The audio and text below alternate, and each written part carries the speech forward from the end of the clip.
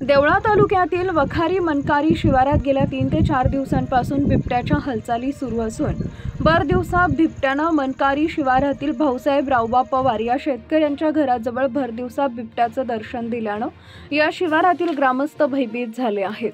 लहान मुले व वृद्ध मंडळी घराबाहेर पडायलाही घाबरत आहेत। शेतकऱ्यांची सर्वात मोठी अडचण म्हणजे या शिवारात या काळात मक्याचं पीक बहरात आलेलं आहे। पिकाला पाणी देण्यासाठी व खत घालण्यासाठी शेतकऱ्यांना शेतात जावं लागतं, मात्र शेतात झुडपं व मका मोठा झाल्यानं त्यात बिबट्या लपून बसण्याची शक्यता अधिक असल्यानं शेतात जाताना हृदय धडधडते।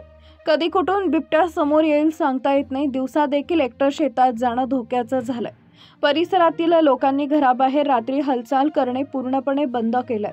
गाई म्हशींना चारायला नेणं, पाण्याच्या विहिरीकडे जाणं यामध्येही लोक धास्तावलेत। ग्रामस्थांनी वन विभागाला तातडीनं कळवलं असून अधिकाऱ्यांनी परिस्थितीचं गांभीर्य ओळखून लवकरात लवकर पिंजरा लावण्याचे व बिबट्याला जेरबंद करण्याची मागणी केली आहे।